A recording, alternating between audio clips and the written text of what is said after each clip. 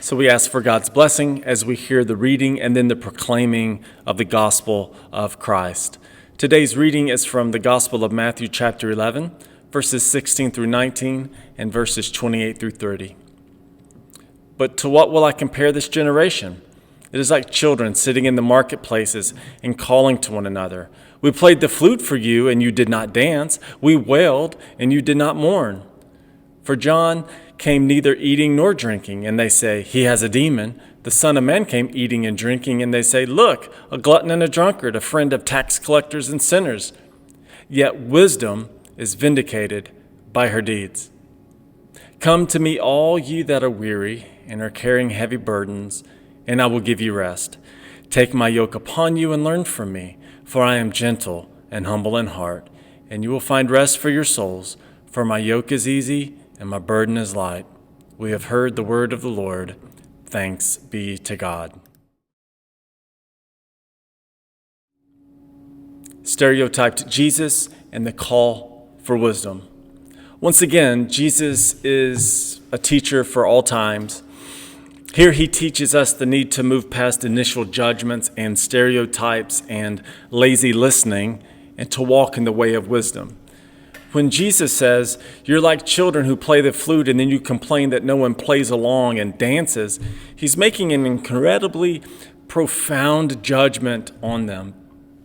He's saying, to you, all of this is a game, as if there's no consequences, as if your life doesn't hurt someone else. You want to say something and you want to make judgments about other people, but you don't care if it's true or not. It's just an opinion, not based in fact, and you expect people to just play along. You want the freedom of an opinion, but you really don't want the burden of a fact. You want the freedom of an opinion, but you don't want the burden of fact. He says, for instance, John, who is John the Baptizer, came and he was doing the work of God, and he drew a crowd. And you got offended by him, and then you go around telling people, John has a demon. You were just offended by him, so you lied about him. Then, all of your life, you've said you wanted God to send the Messiah, the promised one, and here I am, and you don't see me. You don't even see me. You're offended by me, and you are endangered by me in some way. So you say that I'm a drunkard, I'm a glutton, I'm a friend of tax collectors and sinners. You just want to make easy verdicts. You want to try to escape the truth, but you want others to pay the consequences. Tax collectors, of course, in our day would be those in professions that society doesn't necessarily hold in high esteem. And sinners were unobservant Jews. So we might say that these are people who no longer go to church, though they once did. So these people in our passages, they just stereotype one another. To them, it's just a game to stay in power, and they want everyone to play along. And in so doing, they have brought a kind of judgment upon themselves, that they have learned to become blind to the truth. And they can't even see the truth standing in front of them. They will not take the time to understand. It is willful ignorance. They would rather paint with a broad brush, and they want to deflect. These are morally small people. Now let's think about this for a minute. How do you feel when you've been misunderstood? Or when people mischaracterize you? When people refuse to understand you? Or they lump you into a group? Have you ever taken an action and then someone completely misrepresent what you did and your motives for doing it? It's disheartening. It's frustrating. That's what this group is trying to do to Jesus. It's what people do all the time. The people here, they want to cloudy Jesus. They want to give him a bad reputation. They want to just shut him down. They are offended and they are threatened by him. So they say, oh, he's just a glutton. You can't even pay attention to him. This is what people do all the time. People try to brush in broad strokes so that they don't have to see the truth. All the time, people assume that they know something of an individual just because of their skin color, their hair, their age, their religion, the job that they hold, their background, their education, their sexuality, the neighborhood that they live in or the neighborhood they once lived in. It just seems like it's a perpetual human problem we have. And it's really this: give me the minimal amount of information I need so it looks like I have an educated opinion. Jesus is ahead of his time, and he asks us to be ahead of ours. If we are going to find a way in these tumultuous times, then we have to learn to listen to others deeply. We need to take seriously their experiences. We need to learn how another person sees the world. But so many times, what we do is when we're confronted with new information, we say, that is contrary to what I currently believe, so it must be a lie, it must be wrong, instead of seriously engaging in the issue. Or with people around us who are different. But listen, the better we are to listen to one another, the better we will be able to craft a positive future together as a church, as a community, and as a country. And the less committed we are to this, to seeing the truth and talking about it honestly, then just heaven help us. It's like Jesus said, we're just kidding ourselves and it's just song and dance. We got to get better at this. We got to build up the courage and the fortitude within us to be able and to be willing to reconsider ideas that we've held for so long. So, if we want to notice and name the wrong way of living, and we want to name and notice Jesus' alternative, then what's the alternative way of living? Remember, we want to notice and name things that are out of whack and cause suffering, unnecessary suffering. And we want to provide an alternative. In our passage, Jesus is saying, this song and dance routine, it's getting tired, it's getting old. You need a new way of doing life. And so Jesus provides an alternative. So what is the alternative that he is offering? Jesus' alternative is a fancy thing called wisdom. Wisdom. Jesus invites us to follow him into the way of wisdom. Jesus understands that the way of wisdom says that to understand someone, you need to take time to be with them. That's why instead of taking his culture and his society's opinions about outsiders, tax collectors and sinners, he took time to get to know them. He ate with them. He accepted their hospitality. He got to know them. It's really all about relating to someone. Jesus got to know people, and he got to know one of these tax collectors so well that he actually called him to be his disciple. That's the disciple Matthew. Isn't that kind of an interesting way to look at that? Jesus didn't accept other people's way of judging Matthew. Jesus says, I will judge for myself by being curious and by entering into a relationship with him. Learning, being curious, realizing that you can grow in how you understand yourself and others in the world is a prerequisite for getting wisdom. Wisdom gives us clear eyes. Wisdom goes beyond the surface and first glance judgments. Wisdom produces humility. Or you can start with humility and just be humble and say, I don't have all the answers. And then along the way, you will receive more wisdom. Wisdom has nothing to do with age or intellect. Sometimes it does, but not necessarily. Jesus says so here. Wisdom and revelation have been given to the unlearned, the young. Wisdom is not about whether or not you are young or old, or whether you went to grad school or something like that.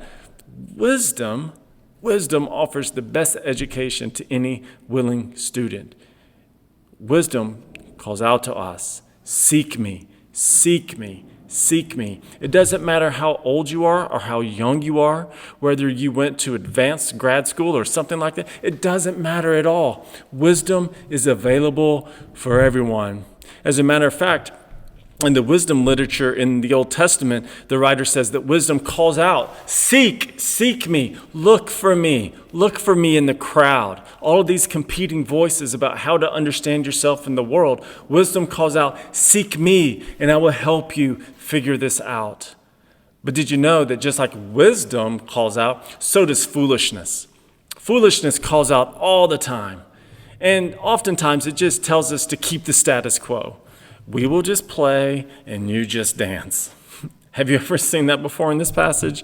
Yeah, just foolishness says, yeah, let's just keep the status quo because the status quo helps me. So I'm just going to play my flute. You guys just dance, and then we'll go home and we'll do the same thing tomorrow, and no one has to get upset.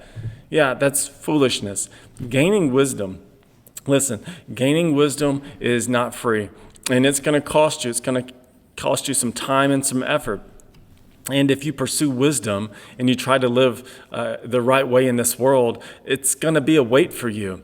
It is at times easy to do the right thing, but at other times it's going to complicate your life, especially when you're trying to do the right thing in the right way. There are going to be times when you're tempted to cut corners, and it's going to be a weight for you to do the right thing. Jesus' encouragement to you is to walk the way of wisdom and to do the right thing. That is actually, this carrying a weight, that is actually what Jesus is saying here in our passage. When Jesus says, hey, take my yoke upon you, because my yoke is easy and my burden is light, he is actually talking about his teaching in this alternative way of life. Often, when we read that passage of take my yoke upon you and I will give you rest, you're weary, so take it upon me and I will help you. We often think about that in a psychological way, but actually Jesus is talking about his way of dealing with the world, his alternative way of living in this world. The phrase, my yoke, is actually a term that was used in rabbinic literature. So rabbis would use this phrase to talk about how one lived out their faith in accordance to the law. So every rabbi had a yoke. They had a way of teaching. They had a way of looking at the world. They had a way of communicating to others how to live a life that was true to a sense of faith. So if you were a student of a rabbi, you had to take on that rabbi's yoke. You had to learn the rabbi's teaching.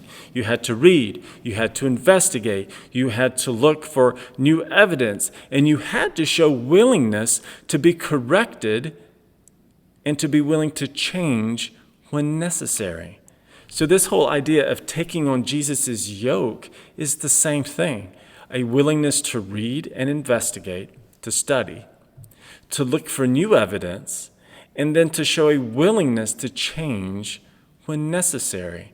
Now, we use another phrase, which is called discipleship, becoming a student of Jesus. So Jesus is inviting us to do away with the whole song and dance and acting like it's just a game. Let's not make our faith a game. Let's take it seriously. Let's investigate. Let's say, hey, I wonder why I believe that. You're going to grow so much deeper. It's going to feel like a weight, but it's going to lead you further in the development of your faith. So in this passage, when Jesus says, take my yoke, he is inviting us. Jesus is inviting us to see ourselves and our world through his eyes. And as we grow in our ability to do that and pursue wisdom, you are going to grow. You're not going to judge things just by the surface. You are going to realize that sometimes there just needs to be spaces of tension in a relationship where you just don't agree. And sometimes it's going to come about, that wisdom is going to come about by refusing to just dance the dance, to dance to the music of all that you've ever known and all that you've ever learned. That's kind of the way of wisdom. Wisdom takes you so far. At a certain point, you need to learn from the past and what you used to believe or what you used to know. You need to take part of that, but you need to transcend it also. So you can transcend what you believed in the past, and you can take the good things from the past with you. But you should not just put your feet in cement and say, I will never change or grow. You see, because wisdom is about humble learning.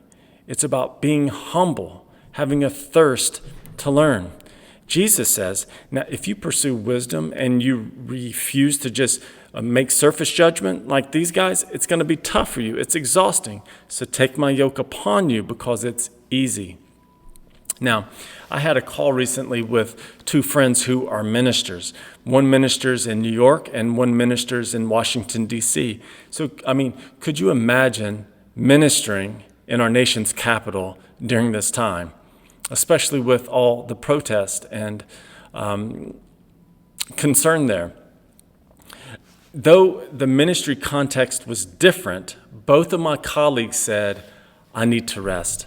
It's so tough ministering right now, especially with so much us and them, either or thinking about things. Now, I admit that I get weary at times. I get weary living in a country where truth and observable facts are declared debatable, where a call for public decency in our discourse is actually seen as being just political, where it seems people put on blinders and are just interested in being thought to be right instead of being right. Where's the humility?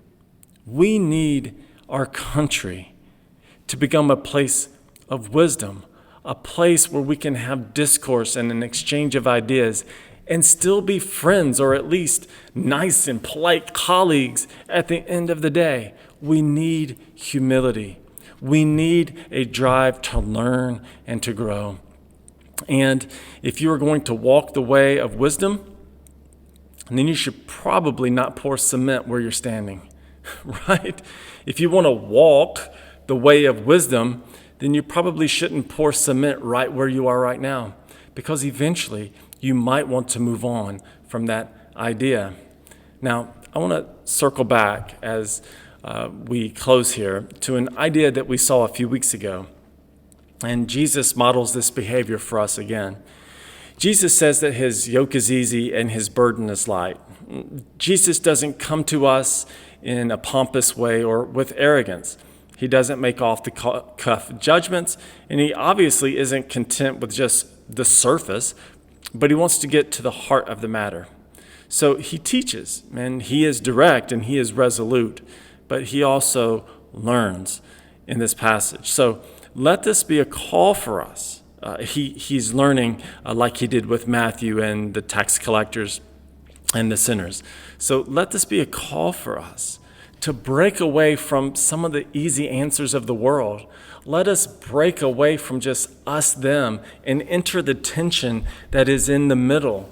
Let us live faithfully into the cloudy and the complex.